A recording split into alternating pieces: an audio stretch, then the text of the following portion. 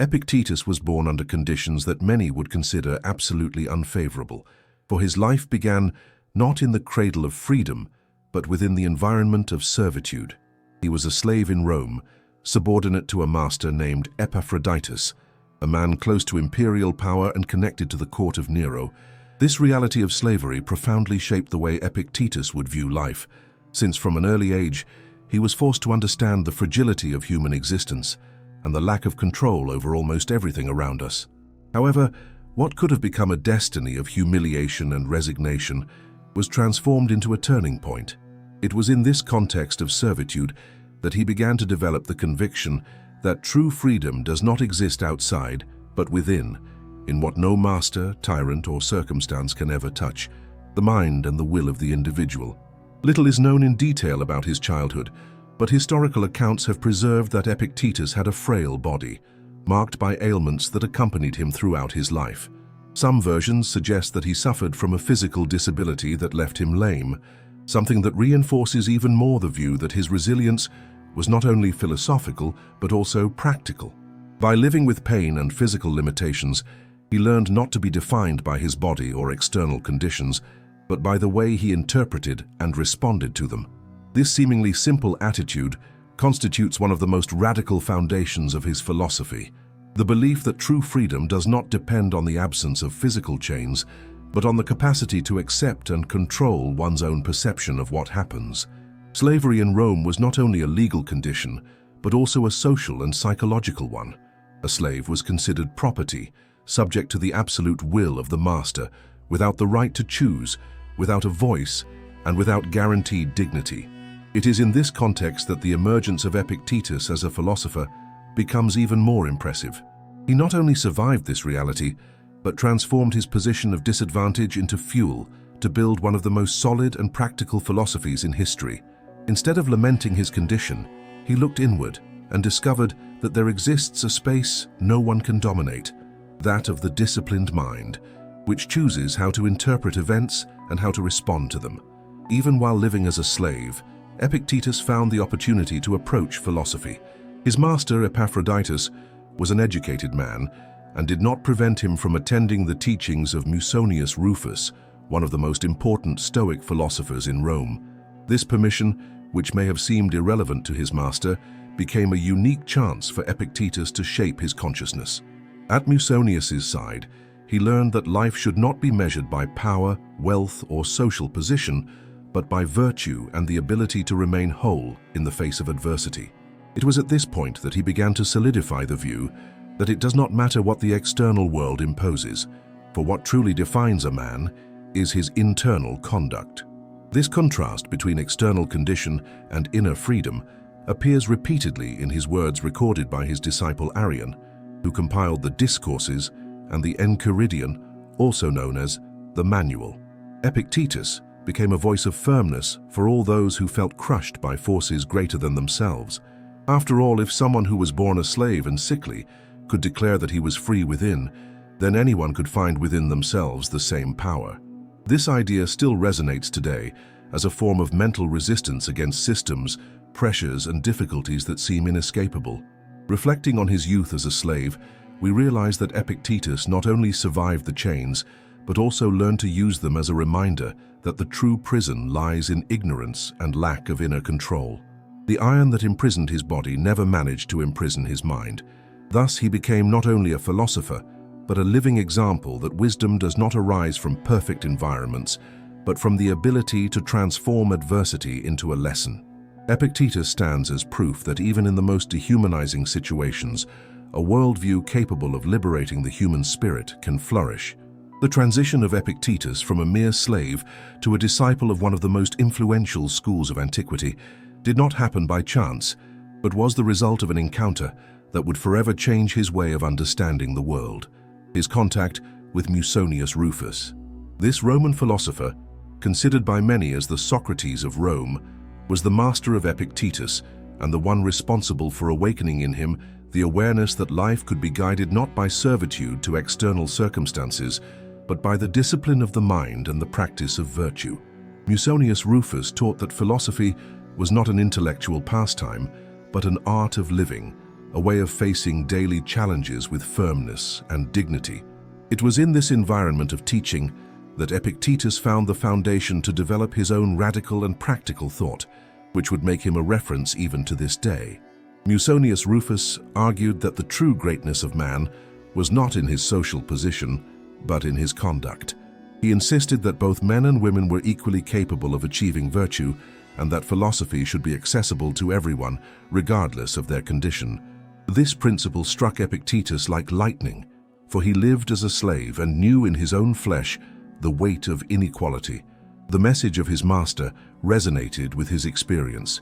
If philosophy was the path to inner freedom, then no master could prevent him from being free in essence. Thus, Epictetus embraced the teachings of Stoicism with fervor, understanding that this philosophy was not merely a set of ideas, but a shield against the humiliations and uncertainties life imposed on him. At the heart of Stoicism was the distinction between what is within our control and what is not. Musonius Rufus emphasized that man should dedicate his energy only to what depends on him, his mind, his choices, his moral conduct, and accept with serenity what cannot be changed. For Epictetus, this idea was more than theory. It was survival. As a slave, lame and vulnerable, he knew he could not alter his external condition, but he understood that he could decide how to respond to it. Stoic philosophy, therefore, was not for him an intellectual exercise, but an invisible weapon that allowed him to resist oppression and maintain dignity. This internal transformation deepened as Epictetus began to observe the powerful Romans, men obsessed with wealth, status, and public recognition.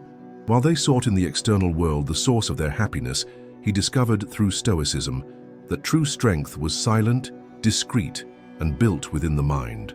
This perception made him increasingly independent from circumstances. He was no longer a slave in spirit, even if he remained one in body. This inversion of values would become one of Epictetus's greatest legacies, for he demonstrated that even the most fragile of human conditions can conceal an invincible strength, provided it is cultivated through philosophical discipline. Musonius also preached the constant exercise of philosophy, not merely as discourse, but as daily practice. He taught that the true philosopher is not measured by what he says, but by what he lives. Epictetus absorbed this principle intensely and would carry it forward in his own teachings, which would later take shape in incisive and practical phrases recorded by Arrian. There was no space for distant abstractions. Everything was applied to real life: how to respond to an offense, how to endure pain, how to keep the mind serene in the face of death. Each lesson was, for Epictetus, further proof that philosophy was not a refuge for scholars, but a path for anyone seeking inner freedom. This encounter with Stoicism also revealed to him the difference between knowledge and wisdom. Many in Rome prided themselves on reciting philosophical speeches, but few embodied them in their own lives.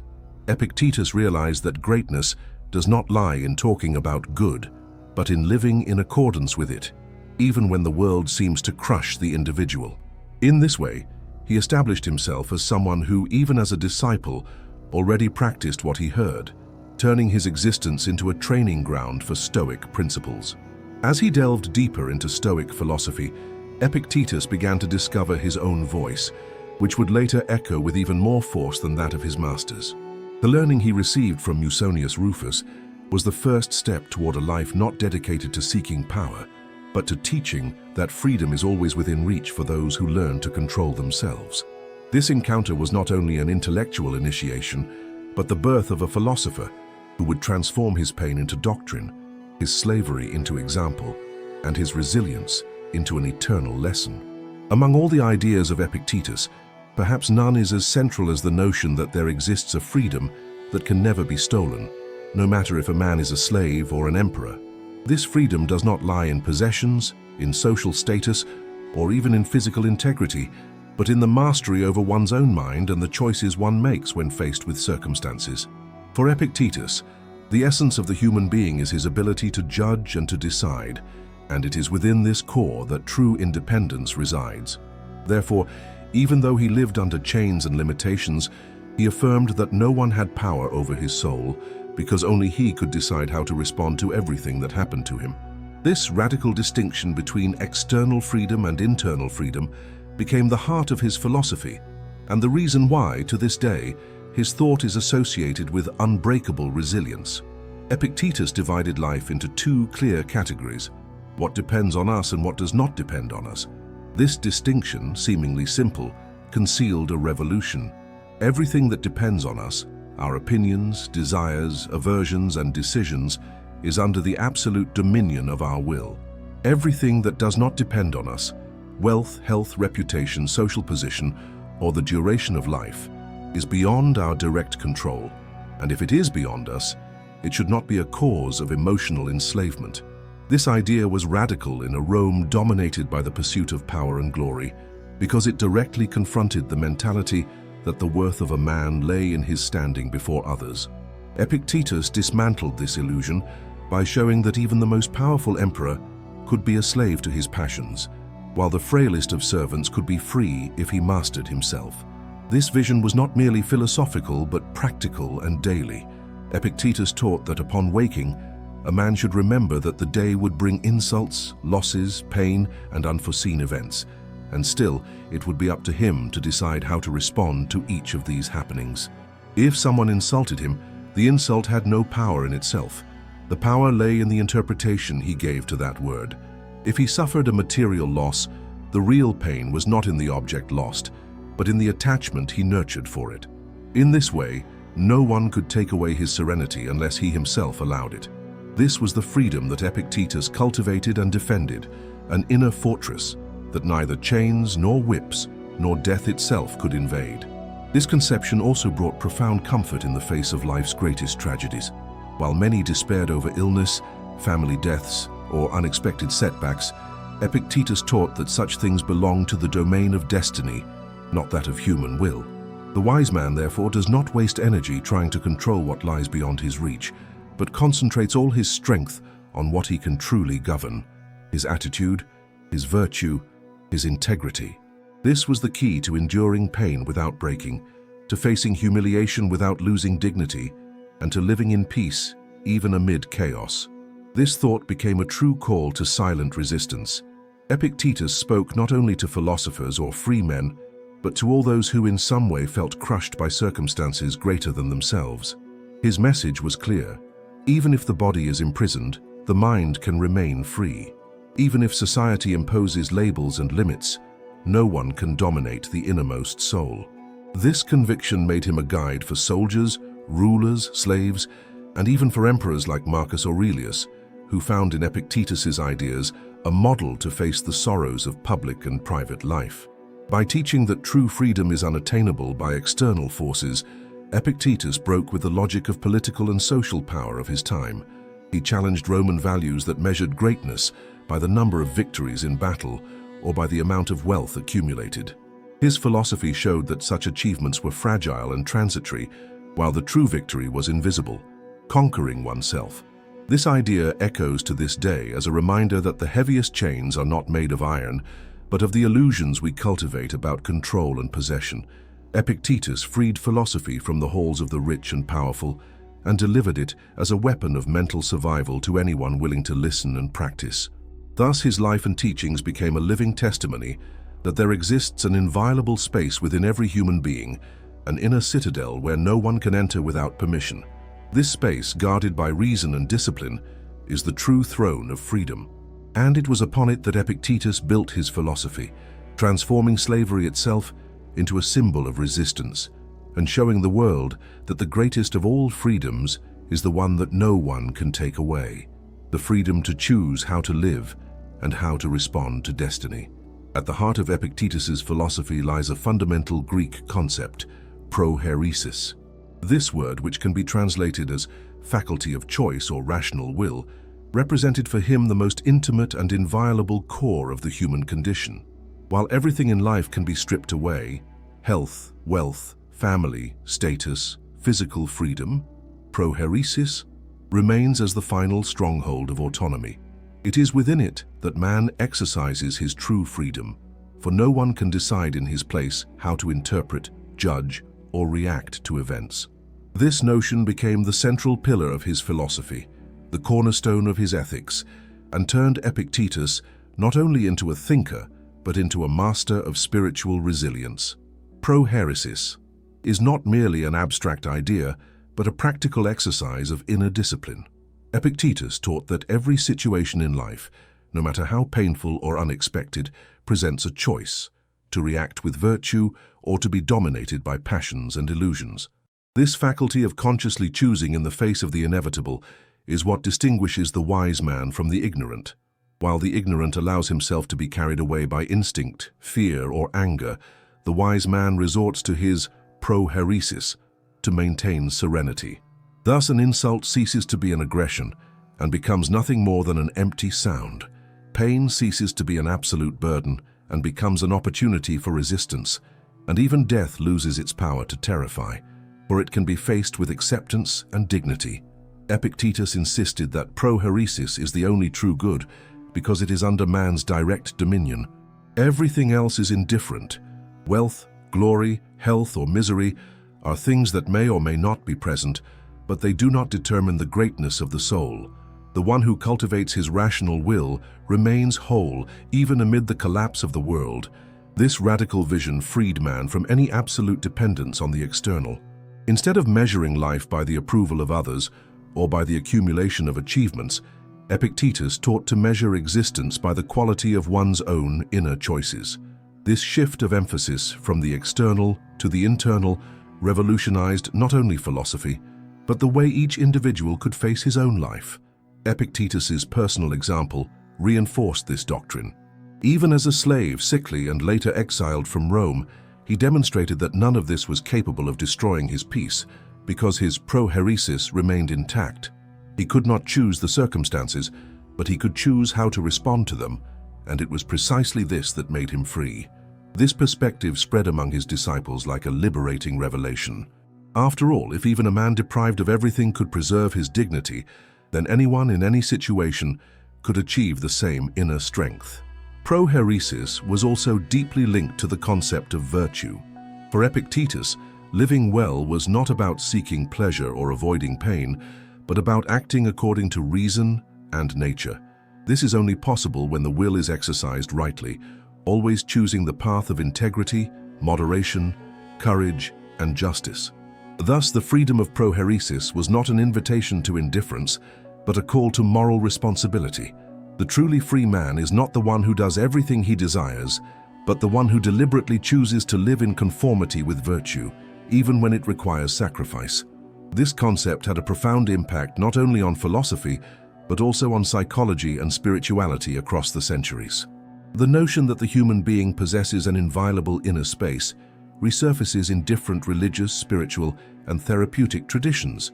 It echoes, for example, in the reflections of Viktor Frankl, a survivor of the concentration camps, who affirmed that the last of human freedoms is to choose one's attitude in the face of circumstances.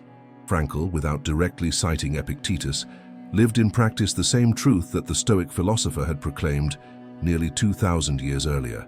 Essential freedom cannot be imprisoned. Thus, proheresis is not merely an ancient philosophical category, but a timeless reminder that every human being carries within himself the key to his own liberation.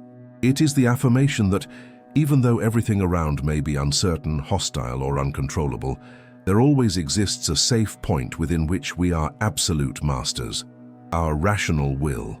For Epictetus, it is within this point that man finds his greatness, his true freedom, and his spiritual immortality. Among the boldest and most radical lessons of Epictetus is his vision of destiny, a conception that brings him closer to the deepest heart of Stoicism. For him, life is governed by an inevitable cosmic order, and resisting it is to waste energy in a useless struggle. The wise man not only accepts what happens to him, but learns to love the course of events as part of a greater plan. This radical acceptance does not mean passive resignation, but rather an act of courage and wisdom, recognizing that the universe follows its own logic, independent of our will, and that inner peace is only possible when we stop fighting against what we cannot control. Epictetus called this living in conformity with nature, a practice of harmony between human reason and universal order. This vision is closely linked to the principle that there are things that depend on us and things that do not depend on us. Destiny belongs to what we do not control, birth, death, accidents, external successes, losses, illnesses, and even the opinions of others. For Epictetus, struggling against these forces is like trying to prevent the tide from rising or the sun from setting. No matter how much one resists, the natural course will follow its path. True wisdom, therefore, does not lie in wishing that events adapt to our will, but in shaping our will to accept events. He advised, "Do not seek for things to happen as you wish, but wish for them to happen as they do, and you will live serenely." This phrase summarizes his view that peace does not come from manipulating the world, but from adapting the spirit to reality. The acceptance of destiny, however, should not be confused with apathy or indifference. Epictetus did not preach that man should abandon his responsibilities or live without effort. On the contrary, he taught that we must act with firmness and virtue in all situations, but without the illusion that we control the results. The correct action is the duty of the individual, but the fruits of that action belong to destiny. Thus, the wise man plants the seed with dedication, but does not despair if the harvest fails, for he understands that factors beyond his reach can interfere. Freedom does not lie in the result, but in the way we deal with what is given to us. This philosophy is an invitation to transform pain into acceptance. When losing a loved one, for example, Epictetus advised remembering that death is an inevitable part of life, and that it is not for us to decide its moment. When facing injustices or material losses, he reminded that these things were never truly ours, but only lent to us by destiny for a time. Attachment is the root of anguish, and liberation lies in letting go, in understanding that nothing belongs to us absolutely. In this way, radical acceptance becomes not a burden, but a key to serenity in the face of what would crush anyone else. The idea of amor fati, or love of destiny, although popularized later by philosophers like Nietzsche, was already present in Epictetus and the Stoics. For him, it was not enough to endure the inevitable with resignation. It was necessary to embrace it as part of a perfect whole that we cannot fully see. Life is like a play, he said, in which we do not choose the role, but must perform it as best we can, whether as a slave, as a general, or as an emperor. Wisdom lies in accepting the role with dignity and acting with excellence, without complaining about the lines or the plot. This perspective transforms even the harshest conditions into opportunities for virtue. For what matters is not the stage, but how one acts within it. The radical acceptance of destiny also serves as an antidote to anxiety and fear. If everything that will happen is already inscribed in the order of the universe, worrying about the future is wasting the present. The man who understands this frees himself from the weight of trying to control the uncertain and begins to live more lightly, focusing on the present moment. This posture does not eliminate pain, but it makes it bearable, because pain is no longer seen as a punishment, but as part of an inevitable process. Epictetus showed with his life and teachings that even the most intense suffering can be faced with serenity when one learns to accept it as the will of destiny. Thus, his message resonates as a call to courage, not only to endure what cannot be changed, but to embrace it as part of the universal order.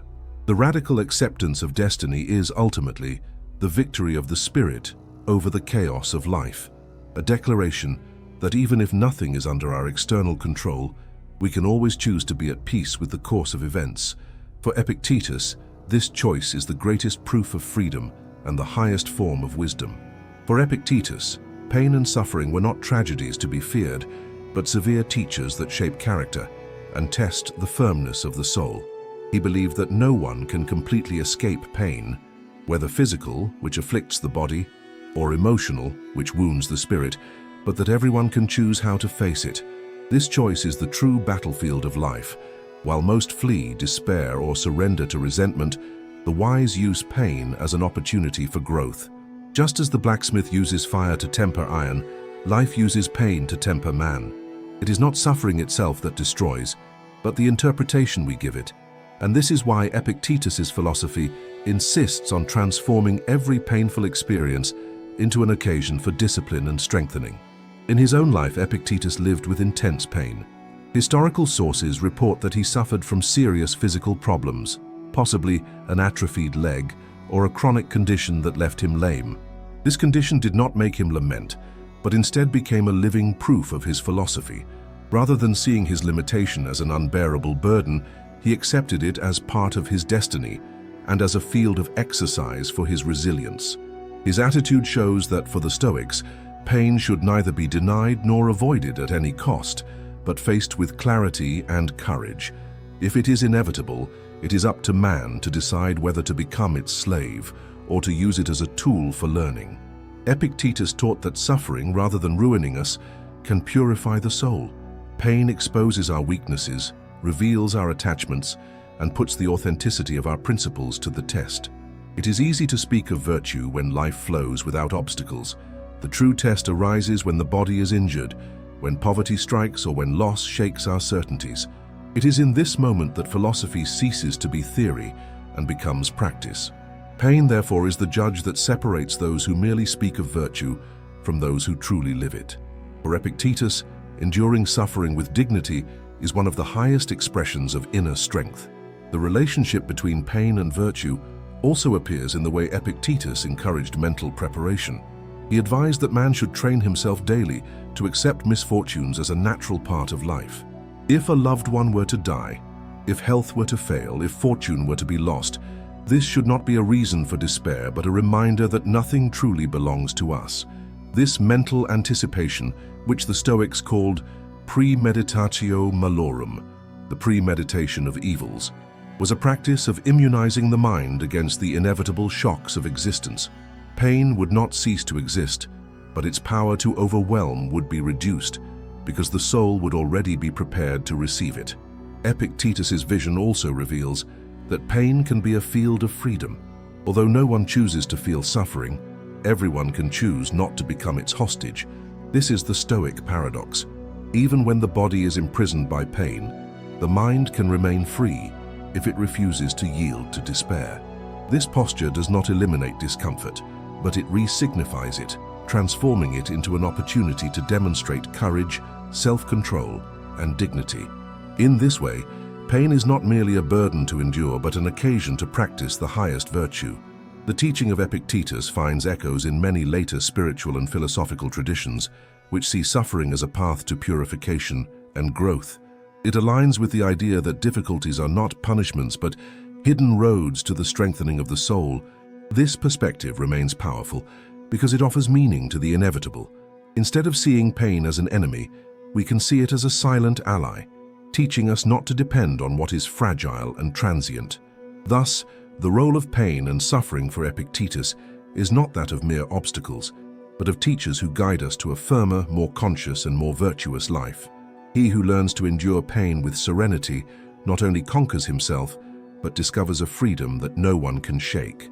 For Epictetus, pain is the ground where the true strength of the soul is cultivated, and suffering, when accepted and redefined, ceases to be a prison and becomes the door to wisdom. In the vision of Epictetus, true wealth is not found in accumulated coins, conquered properties, or titles displayed before society, but in the possession of virtue. This conception stood in profound opposition to the dominant mentality in Rome, where status, political power, and public glory were seen as measures of greatness. For Epictetus, all these elements were fragile, ephemeral, and incapable of guaranteeing genuine happiness. Virtue, on the other hand, was indestructible because it did not depend on external factors, but only on inner will and moral discipline. The truly rich man was the one who possessed himself, the one who could lose everything without losing his dignity, because his fortune did not lie in material things, but in his integrity. This notion of virtue as wealth appears clearly in his discourses. The wise man does not envy the power of the emperor, nor the fortune of the merchant, for he knows that these goods can be taken away in an instant. Virtue, by contrast, is inalienable.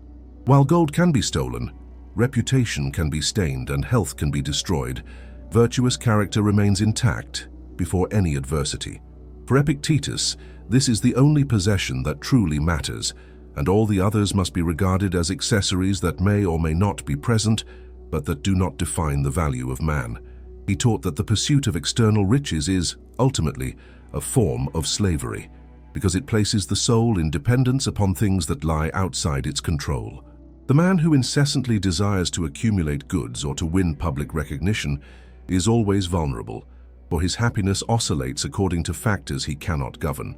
But the one who places his trust in virtue is free, because his peace does not rest in external circumstances, but in his own conduct.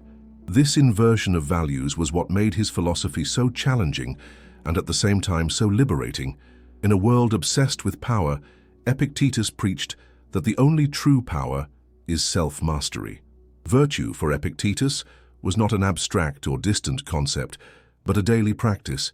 It manifested itself in four great pillars inherited from Stoicism: wisdom, courage, justice, and moderation.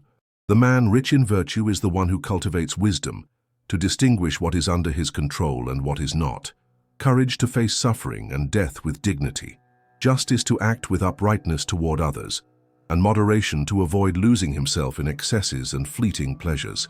This wealth not only guarantees serenity, but gives the individual an unbreakable strength in the face of any challenge. The contrast between material wealth and virtue becomes even clearer when we observe the example of Epictetus himself. He lived a simple life, without luxury, without pursuit of power, dedicated only to the teaching of philosophy. He lived in a modest house, owned few objects, and showed no interest in accumulation. To many this might have seemed like poverty, but to him it was freedom. The less he possessed, the less he was subject to loss, and the less he depended on external things, the richer he became in his own autonomy. This radical posture showed in practice that true wealth lies not in what one has, but in what one is. The impact of this vision was so profound that it resonated in figures such as Marcus Aurelius, emperor of the Roman world, who repeated in his writings the same conviction: the greatness of man is not in crowns or armies, but in the rectitude of his soul. This echo demonstrates how Epictetus's lesson transcended social boundaries, reaching both those who had nothing and those who had everything, for both were subject to the same illusion, believing that happiness depends on external factors. Virtue as wealth dismantled this illusion and offered a freedom accessible to anyone in any condition. Thus, for Epictetus, the richest man is not the one who possesses countless treasures, but the one who possesses himself. Virtue is an invisible, unbreakable treasure, measured not in coins but in integrity. It is the supreme good that cannot be taken away, and it is the only possession that accompanies man until the end of his life. In this sense, his philosophy is an eternal warning against vanity and a call to true greatness. Do not seek to be admired for what you display, but be respected for what you are. Virtue is the only fortune that resists time, destiny, and death, and for this reason it is for Epictetus true and eternal wealth. For Epictetus, the human mind is like a fertile field. If it is not cultivated with care, it quickly fills with weeds. That is why he saw the discipline of thought as one of the most essential tasks of life. Without mastery over one's own ideas, man becomes a hostage to emotions, desires, and external opinions. But when he learns to train his mind, he finds the key to serenity and true freedom. Epictetus insisted that it is not the facts themselves that disturb men, but the interpretations they make of the facts. Therefore, disciplining thought means educating the mind to distinguish what is appearance from what is reality, what is a passing emotion from what is rational judgment, what belongs to our control from what lies outside it. This principle was manifested in the way he dealt with offenses, losses, and unforeseen events. If someone insulted him, the first reaction should not be anger but reflection. What exactly was said? Is it true? Does it depend on me to be affected by this? In this way, the mind becomes a shield against external aggressions. If fortune was lost, the response should not be despair, but the reminder that money was never an essential part of ourselves. By training thought in this way, man avoids being dragged by passions and maintains peace in the midst of chaos. This was the discipline Epictetus preached, a constant exercise of inner vigilance, in which every thought is examined before being accepted as truth. Epictetus believed that undisciplined thought is like an inner tyrant, capable of enslaving even the most powerful man. Someone may be master of vast lands and armies, but if he is dominated by anger, envy, or fear, he remains a slave to his own passions. On the other hand, the man who governs his mind is free, even if he lives in chains. This inversion of values was revolutionary in a Rome where external dominion was exalted, but Epictetus reminded that the greatest battle lies within us. The discipline of thought is, therefore, the art of conquering oneself, a triumph greater than any victory on the battlefield. This practice required daily exercises. Epictetus recommended that man should constantly review his actions, asking himself if he acted in accordance with reason and virtue. He also advised anticipating the difficulties of the day mentally, so that he would not be surprised by them. This preparation meant that, when encountering obstacles, he was already psychologically ready to face them. It is what the Stoics called training of the soul. Just as the athlete trains the body to resist physical effort, the philosopher trains the mind to resist the trials of life. Without such preparation, any small setback could shatter serenity. With it, even great tragedies could be faced with firmness. The discipline of thought also included attention to the present. Epictetus taught that the mind must remain focused on the now, without getting lost in regrets about the past or anxieties about the future. The past can no longer be changed, and the future belongs to destiny. Only the present is in our hands, and it is in it that virtue can be practiced. This awareness protects against dispersion and strengthens the ability to act with clarity in every moment. The man who fixes himself in the present does not waste energy on ghosts he cannot control, and finds in the here and now the fullness of his freedom. The impact of this teaching is profound, for it shows that the human mind can be both prison and liberation. Without discipline, it creates invisible monsters that devour us from within. With discipline, it becomes an impenetrable citadel that protects us against any external attack. The difference is not in the world, but in how we think about it. Epictetus thus offered not only practical advice, but a true art of living, cultivating just, clear, and rationally aligned thoughts as the only path to true happiness. In this way, the discipline of thought is not an occasional task, but a lifelong commitment. It is the foundation of all other virtues, because without it, there is no way to exercise courage, justice, or moderation. For Epictetus, training the mind is training the very soul, and he who dedicates himself to this work discovers a freedom that the external world can never touch. It is in this silent mastery of the mind that human greatness rises, and it is there that the secret of serenity in the face of any destiny is found. Epictetus understood that much of human turmoil is born from excess of words, of desires, of opinions, of ambitions. For this reason, he defended a life marked by simplicity and silence, not as an escape, but as an exercise of inner mastery. For him, speaking less meant giving less space to disordered passions and hasty judgments, while living simply represented freeing oneself from the tyranny of artificial needs imposed by society.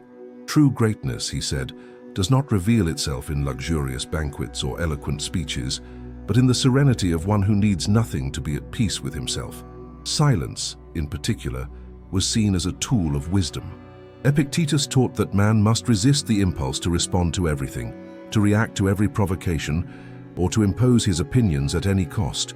Often the most powerful response is the absence of response. Silence does not mean cowardice, but self-control. It is the ability to choose when to speak and when to remain silent, when to act and when to wait. This mastery of the tongue protects against unnecessary offenses, avoids useless conflicts, and strengthens the mind, which is no longer dragged by the need to have the last word. By cultivating silence, man learns to observe more, reflect better, and act with greater clarity. Simplicity, in turn, was directly linked to the idea of freedom. For Epictetus, the more we possess, the more we become slaves to what we possess. The desire for luxury and ostentation is not a sign of greatness but of weakness, for it places the soul in dependence on what it cannot control. The wise man, on the contrary, lives with little, eats only what is necessary, dresses modestly, and avoids excess. Not because he despises life, but because he knows that happiness does not depend on external adornments. By reducing his needs, man gains independence and discovers that his true wealth is the tranquility of the mind. Epictetus used practical examples to teach his disciples. He said, "If a simple dish is enough to nourish the body, why desire sumptuous banquets? If a modest bed ensures rest, why seek golden palaces?" The problem is not in the things themselves, but in the attachment we create to them. He who becomes accustomed to luxury can hardly endure its absence, but he who learns to live with little remains free under any circumstance. Simplicity, therefore, was not poverty, but wisdom, a way of life that fortified the soul against the oscillations of destiny. This love for austere living was also related to the ideal of focus and discipline. A life burdened with superfluous desires is a fragmented life, dispersed in 1,000 directions.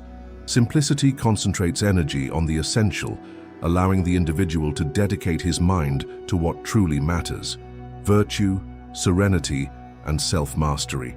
This was true abundance for Epictetus, not having many things but being master of oneself. The simple man is invulnerable because nothing can be taken from him that is indispensable to his happiness. The power of silence and simplicity also reveals a critique of the lifestyle of imperial Rome, where ostentation and excess were seen as symbols of power.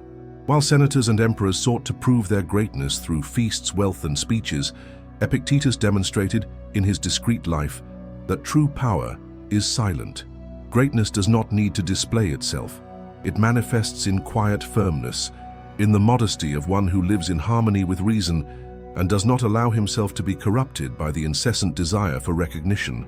This countercurrent philosophy challenged the mentality of the time and continues to challenge the mentality of the modern world, obsessed with appearances and accumulation. Thus, the power of silence and simplicity in Epictetus is not a renunciation, but a conquest. Silence guards the mind against the waste of energy in empty words. Simplicity guards the soul against the prison of excess. Together, they form a path of liberation that strengthens man within and makes him invincible without. For Epictetus, the one who masters his tongue and reduces his needs finds a freedom that kings and senators never knew: the peace of living with little, the dignity of needing to prove nothing to anyone, and the silent strength of one who is the absolute master of himself. Epictetus believed that the greatest proof of strength does not lie in winning external battles, but in conquering the inner battle against one's own uncontrolled emotions. For him, true power was not about ruling over others, but about mastering oneself. Emotional control, therefore, was considered the supreme art, the ability not to react impulsively to insults, losses, injustices, or provocations. He taught that reacting without reflection was to become a slave to one's own instincts, while remaining serene in the face of provocation was the mark of a true master of oneself. In this sense, calmness was not a sign of weakness but of courage. It was not passivity but rational firmness, transforming man into an unshakable fortress against the blows of fate. Epictetus explained that it is not events themselves that disturb us, but the judgments we make about them. An offense only hurts if the mind interprets it as something grave. A loss only ruins us if we believe we truly possessed what was taken away. An injustice corrodes only if we choose to nurture resentment. The mind, therefore, is the guardian of emotions, and each person must decide whether to surrender their peace to the control of others or to keep their dignity intact. Not reacting does not mean ignoring, but consciously choosing not to give power to those who try to provoke. This choice, made repeatedly, becomes habit, and habit turns into virtue, the firmness of character that cannot be shaken. This control does not arise naturally, but requires constant training. Epictetus advised that, upon waking, a man should prepare for the encounters of the day, reminding himself that he would meet ungrateful, arrogant, irritable, or unjust people. Anticipating these situations made it easier to face them with serenity. If we already know that life will bring setbacks, we should not be surprised when they arrive. Mental preparation, combined with constant vigilance of thoughts, created a kind of invisible shield capable of protecting the soul from external attacks. This discipline transformed life into a continuous exercise of self-control. Epictetus also compared the uncontrolled man to a beast in flames. One who bursts out in anger or despair is easily manipulated, while the calm man is untouchable. He who masters his emotions cannot be humiliated, for he does not grant the other the power to define his reaction. This idea made his philosophy not only a path to serenity, but also a form of resistance against oppressors. After all, a tyrant may chain the body, but he can never force a man to hate, to fear, or to despair if the man does not allow it. Self-control is thus a silent weapon, defying even the cruelest of external powers. Emotional control is also essential, because it preserves the clarity of reason. When a man is dragged by anger or fear, he loses the ability to think and act wisely. But the serene man can see what lies before him without distortions, responding not with impulsivity, but with discernment. This clarity is what allows him to act with justice, avoid unnecessary mistakes, and maintain integrity even in extreme situations. Self-control, therefore, is not only defense, but also a condition for acting virtuously in all circumstances. In daily life, Epictetus recommended practical exercises to strengthen this control. One was to learn to distance oneself from one's own emotions, observing them as one observes a river, something that flows and passes, but does not need to carry us away. Another exercise was to imagine the worst-case scenario in the face of a loss or offense, to realize that even in the worst case, the soul remains intact. This practice of reinterpretation and distancing taught that no emotion is greater than our capacity to control it. Thus, the art of not reacting is not a gesture of indifference, but the supreme expression of freedom. The man who controls his emotions does not live at the mercy of the world, but builds within himself an impenetrable citadel where serenity reigns. This man can walk between pain and pleasure, between success and defeat, between glory and humiliation, without losing himself in extremes. For Epictetus, this was the true victory: to remain unshakable in an unstable world, to transform every provocation into an opportunity to strengthen character, and above all, to never surrender to anyone the power over one's own peace. Epictetus taught that two of the greatest specters that haunt men are the fear of fate and the fear of death. For him, both represent inevitable forces of existence against which no human effort can prevail. Fate governs the course of events, and death is the natural conclusion of life. To resist these realities is to waste energy and multiply suffering. The wise man, therefore, does not fight against the inevitable, but learns to accept it as part of the cosmic order. Life was not given to us as an eternal possession, but as a temporary loan. And fate does not follow our whims, but a greater design beyond our control. By understanding this, man achieves serenity in the face of the greatest anxieties of the human condition. Epictetus saw death not as an absolute evil, but as a natural process, as inevitable as the rising of the sun. The fear of death arises, according to him, from the illusion that we own life and that we can prolong it indefinitely. But if we remind ourselves daily that death is an inseparable part of existence, that fear loses its force. He advised that when kissing a child, a friend, or a companion, we should remember that they are mortal, not to live in anguish, but to value every moment of coexistence without illusory attachment. Death thus becomes a constant reminder that nothing is guaranteed, and that each moment is a precious opportunity to live with virtue. As for fate, Epictetus affirmed that everything that happens is part of a greater rational order. The universe does not err, and events follow a logic that may escape our understanding but nonetheless exists. For him, resisting fate is like a dog tied to a cart. If it resists, it will be dragged.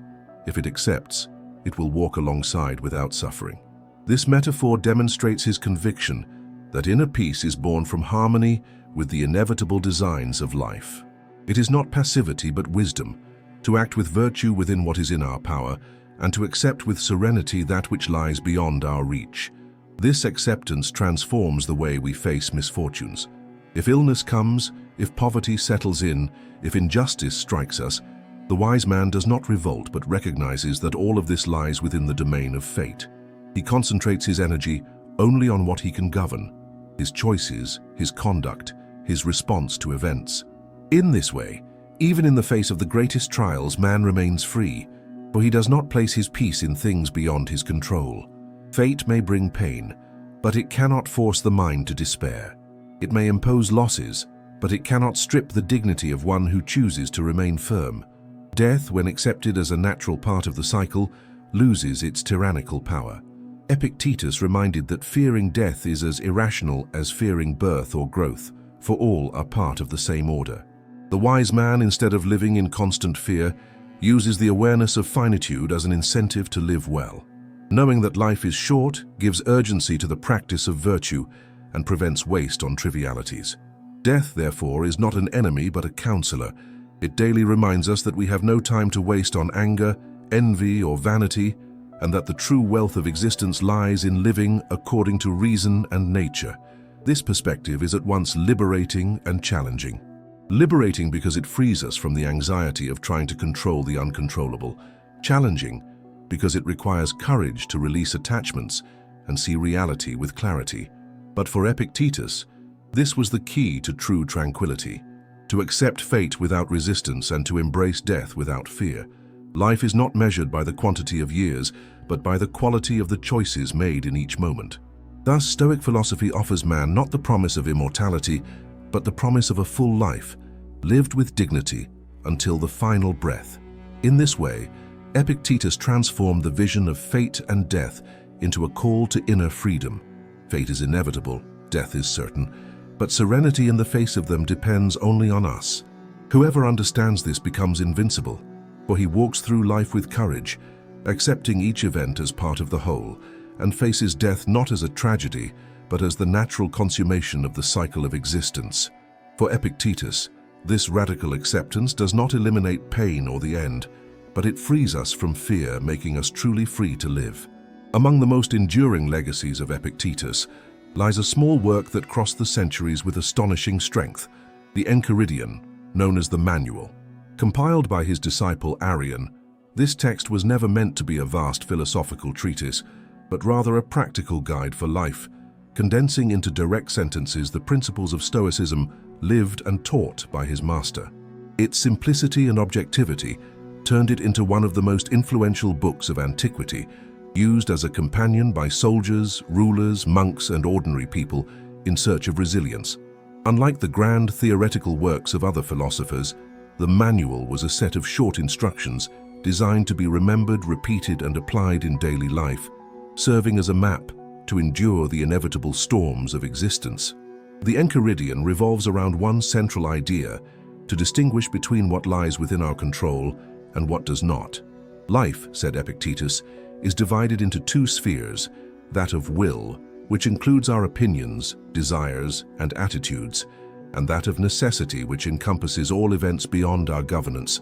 The secret to inner freedom is to focus solely on the first sphere and to accept with serenity everything that belongs to the second. This lesson, so simple in words, requires profound mental discipline, which is why the Manual tirelessly repeats this principle in different contexts: losses, insults, illnesses, pleasures, and even death itself. The style of the Enchiridion reflects the living practice of Epictetus, direct, firm, almost military in its objectivity. There is no room for complicated abstractions, but instead for guidelines that can be recalled in the hour of pain or temptation. When one loses an object, for example, the Manual teaches to remember that it was not something eternal that was lost, but only something temporarily lent by destiny. When a child dies, it reminds that life itself was not lost, but simply that the natural cycle of a mortal being had reached its completion. These phrases, however harsh they may seem, functioned as antidotes against despair, enabling the disciple to face reality without illusions. The Manual also contains warnings about the need to train the mind daily, just as an athlete trains the body. Epictetus asserted that it is not enough to understand the principles. One must practice them until they become automatic reflexes. Just as a soldier repeats his movements until they flow naturally in battle, the philosopher must mentally rehearse the Stoic teachings until they manifest spontaneously in moments of trial. This discipline transforms philosophy into habit, and habit into character. That is why the Manual was not merely a book to be read, but to be lived, carried in the heart as a constant guide. The impact of this small text was immense. For centuries, Christian monks copied passages of the Manual and used them as spiritual tools, adapting its advice to monastic life. Roman and Byzantine generals turned to it as a source of strength in times of war. In the Renaissance, scholars rediscovered it as a work of practical wisdom. And even today, in military academies, philosophy schools, and personal development groups, the Enchiridion continues to be employed as a manual of emotional discipline. The reason is simple. Its lessons are universal, for they address the human condition in the face of pain, fear, and uncertainty. This endurance proves that Epictetus achieved something rare. He transformed a complex philosophy into simple directives capable of crossing millennia without losing relevance. The manual demonstrates that it is not lengthy volumes that shape the soul, but words that become flesh in daily life. It does not speak to academics or specialists, but to anyone willing to live with courage and clarity. By summarizing Stoicism into practical phrases, Epictetus gave the world a silent weapon against the chaos of existence. Thus, the Enchiridion is more than a book. It is the very expression of Epictetus's life. Every sentence recorded within carries the weight of the experience of a man who knew pain, slavery, illness, and exile, yet transformed all these conditions into opportunities for wisdom. The manual is therefore the essence of his philosophy, a call to inner freedom, to serenity before the inevitable, and to the dignity that no one can steal. It is no exaggeration to say that, within the short pages of this text, we find one of the greatest achievements of ancient philosophy, the ability to demonstrate that even amid the gravest adversities, man can remain invincible if he learns to govern his own mind. The strength of Epictetus's philosophy did not end with his life, but found continuity and diffusion mainly through his disciples, among whom Arrian occupies a prominent place. It was he who recorded the master's lessons in the Discourses and the Enchiridion, transforming conversations and oral teachings into texts that crossed centuries. Without Arrian, much of what we know today about Epictetus would possibly have been lost in time, since the philosopher left no works written by his own hand. This oral transmission turned into writing ensured that his voice would continue to resonate to this day. Arrian not only preserved the words of Epictetus, but also the strength of his style, practical, direct, incisive, without detours, as if each phrase were a precise strike against human fragility. The reach of Epictetus, however, was not limited to philosophical circles. His influence reached the highest spheres of Roman power. Marcus Aurelius, emperor and also a Stoic, was deeply inspired by his lessons. Marcus Aurelius's Meditations carry direct echoes of Epictetus's thought, such as the constant reminder that we do not control what happens to us, only the way we react. It is significant that a man who held the greatest political power in the world found in a former slave the inspiration to govern his inner life. This reveals the universality of Epictetus's philosophy, valid for the emperor and for the servant, for the rich and for the poor, for any human being seeking true freedom. Another striking aspect of his legacy was the way his teachings transcended cultural and religious boundaries. During the Middle Ages, Christian monks found in the Enchiridion a source of spiritual discipline. Many of its maxims were adapted and integrated into the monastic tradition, especially in practices of asceticism and self-control. Even without explicit intention, Epictetus engaged in dialogue with Christian values such as humility, patience, and detachment from the material world.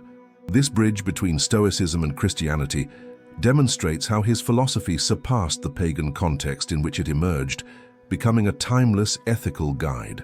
During the Renaissance, his work was rediscovered and valued by thinkers who sought in antiquity models of practical wisdom. Philosophers, jurists, and humanists found in Epictetus an ally in the defense of reason against passions and of human dignity in the face of adversity. His clarity and simplicity made him more accessible than many other ancient authors, and therefore his ideas circulated widely among intellectuals and political leaders of the time. The fact that a former slave became a reference of virtue and inner freedom fascinated these men, who saw in him proof that greatness does not depend on birth, but on character. In the modern world, the influence of Epictetus remains surprisingly strong. His ideas served as the basis for currents of contemporary psychology, such as cognitive behavioral therapy, which relies on the principle that it is not events themselves that cause suffering, but the interpretations we make of them. This principle, formulated almost 2,000 years ago by Epictetus, remains a tool of psychological healing in clinics around the world. Moreover, athletes, soldiers, and modern leaders turn to his maxims as a source of resilience and focus. His philosophy has become a manual of mental discipline in times of crisis, demonstrating that his message is as necessary today as it was in ancient Rome. The legacy of Epictetus is also cultural, for his figure became a symbol of the victory of the spirit over adversity. Slave, sick, and exiled, he overcame all external limitations to become master of kings and a model of wisdom. His life proves that external conditions do not define the value of a man, but only his response to them.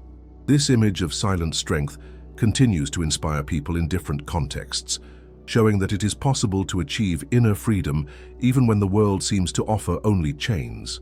Thus, the disciples and legacy of Epictetus constitute a bridge between his personal experience and posterity. Arrian ensured that his voice would not be lost.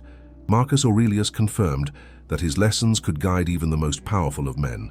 Monks, humanists, and psychologists proved that his message transcends eras and cultures. Epictetus left no temples, monuments, or riches, but he left something much more enduring, a living philosophy, which continues to transform lives because it touches the core of the human condition. His legacy is proof that inner freedom is not just an idea, but a practice that can cross centuries and remain always current. The teachings of Epictetus have crossed millennia, not as relics of an ancient philosophy, but as living tools of mental survival that continue to shape the way we face contemporary challenges. In today's world, marked by anxiety, information overload, social pressures, and constant crises, his words resonate with even greater strength. He taught that the essence of life lies in distinguishing between what depends on us and what does not, and this lesson forms the basis of emotional resilience. Today, psychologists, leaders, athletes, and ordinary people rediscover in Epictetus the key to facing adversity, overcoming frustrations, and maintaining balance in a scenario where almost everything seems uncontrollable. Contemporary psychology, especially cognitive behavioral therapy, CBT, stands as direct proof of the impact of his philosophy. One of CBT's fundamental principles is that it is not events themselves that cause suffering, but the interpretation we give them, precisely what Epictetus affirmed in his discourses. This modern approach teaches patients to question distorted beliefs, reframe thoughts, and take responsibility for the way they interpret their experiences. It is as if Stoic philosophy had transformed into therapeutic science, validating Epictetus's intuition that the mind can be trained to endure pain and cultivate serenity. Stoicism has also found fertile ground in the world of sports and martial arts, where mental discipline is as important as physical preparation. Many elite athletes cite passages from the Enchiridion as a source of inspiration, reminding themselves that victory lies not only in the final result, but also in the ability to remain calm under pressure, to react with focus after a mistake, and to accept that not everything can be controlled. This mentality, practical and incisive, turns Epictetus's philosophy into a true manual for performance and resilience in situations of extreme demand. In the military sphere, his ideas remain equally relevant. Training for soldiers and officers across different countries and historical periods has included Stoic maxims to strengthen psychological endurance against the adversities of war. The reminder that an enemy can destroy the body but cannot touch the will echoes as a form of spiritual protection in contexts of violence and uncertainty. For men and women facing extreme situations, Epictetus's philosophy functions as an invisible shield against despair. Moreover, in the corporate world and in the daily lives of ordinary people, his lessons apply to combating stress and anxiety. Modern life demands constant productivity, social recognition, and relentless adaptation. In this scenario, remembering that other people's opinions are beyond our control, that the future is uncertain, and that serenity depends solely on how we react to the present is a powerful strategy for resilience. Executives, leaders, and professionals find in the simplicity of his words a compass to avoid getting lost amid the chaos. The cultural impact of Epictetus in modernity is also revealed in the growing popularity of Stoicism in self-help books, motivational lectures, and digital communities. In a world that values immediacy and instant gratification, his firm voice invites patience, self-control, and acceptance of what cannot be changed. This philosophy offers a necessary counterpoint to the excess of modern stimuli, reminding us that true freedom lies not in acquiring more, but in needing less and keeping the mind under its own dominion. The resilience taught by Epictetus is neither cold nor indifferent, but profoundly human. He does not deny pain or challenges, but faces them with courage and clarity. Instead of promising a life without difficulties, His philosophy teaches us to confront difficulties without breaking. This perspective makes him a timeless guide, in the past for slaves and emperors, in the present for anyone needing to navigate uncertainty and the pressures of the modern world. Thus, Epictetus remains a silent master of resilience, showing that even though circumstances change, the essence of the human condition remains the same. Suffering, loss, fear, and death are still present in our time, but so is the possibility of facing them with dignity and serenity. The legacy of Epictetus, therefore, is not merely philosophical but profoundly practical. He offers us the art of enduring, of resisting, and of flourishing amid chaos. In the 1st century, this art freed a slave. In the 21st century, it can free any one of us. Epictetus concludes his philosophy with a teaching that permeates his entire life and work, the conviction that true strength is not loud, does not seek external recognition, does not require applause or witnesses. True strength is silent because it is anchored in what no one can touch, the firmness of the mind and the integrity of the soul. This strength does not manifest in grand gestures, but in calmness in the face of provocation, dignity in the face of loss, and serenity in the face of death. It is the invisible power of one who has learned to govern himself even when everything around seems to slip out of control. This is Epictetus's supreme victory, showing that a man can be fragile in body, poor in possessions, humiliated in social position, and still be invincible within. This silent strength is born from the daily exercise of living in accordance with nature and reason. It is not acquired in a single moment of illumination, but cultivated as a constant habit. With every insult left unanswered, every desire restrained, every pain endured with dignity, the soul is strengthened. To the eyes of the world, it may seem like weakness not to retaliate, not to despair, not to display oneself, but for Epictetus, such mastery is the supreme demonstration of power, because no one else can dictate the course of his inner peace. This strength is not imposed from the outside in, but built from the inside out, making man an unshakable fortress amid life's storms. Throughout his journey, Epictetus demonstrated this strength in his very existence. A slave, lame, ill, and exiled, he not only endured his conditions but transformed them into living proof that the soul can remain free under any circumstance. His life was not marked by military conquests or the accumulation of wealth, but by the serenity that radiated from his words and his example. This silent testimony influenced emperors, monks, soldiers, and common men alike, all in search of an inner fortress capable of resisting the pressures of the world. Epictetus's silence spoke louder than fiery speeches because it was sustained by a life coherent with his teachings. This notion of silent strength remains profoundly relevant today. We live in a world that values constant exposure, the appearance of success and the noise of opinions. In this context, Epictetus's philosophy is a countercultural call. To be strong is not to be seen as strong, but to maintain inner peace even when no one else notices. It is refusing to be enslaved by vanity, anger, or fear. It is acting with virtue even without recognition. This strength, invisible to the eyes, is the only one that truly matters, because it is the only one that remains intact when all others fade. Epictetus reminded us that life is like a play. We do not choose the role, but we can choose how to perform it. Some are given roles of power and glory, others roles of pain and humility. But the value of the play does not lie in the size of the role, but in the quality of the performance. Silent strength is playing one's role with dignity, without complaining about the script, but seizing each scene as an opportunity for virtue. This metaphor reinforces the idea that greatness is not measured by what we receive from fate, but by what we do with what we are given. In the end, Epictetus's philosophy is a call to silent courage, to inner discipline, and to radical acceptance of life. He teaches us that we do not need to dominate the world to be free. We only need to dominate ourselves. This invisible strength is the true wealth, the true freedom, and the true power. It is the strength of one who does not need to react to everything, who does not fear death, who does not depend on external circumstances to be at peace. It is the strength that does not impose itself, but sustains itself, that does not shine outward but illuminates within. Thus, the legacy of Epictetus is summed up in this final lesson. Silent strength is the highest form of human power, It is what sustains virtue, nourishes resilience, transforms pain into wisdom, and allows man to walk through life without ever being defeated. The one who achieves it discovers that he no longer needs the applause of the world, because he has found within himself the freedom that no one can take away. This is the supreme triumph of Stoicism and the eternal heritage of Epictetus, the certainty that a man may be a slave in body, but an absolute master in spirit.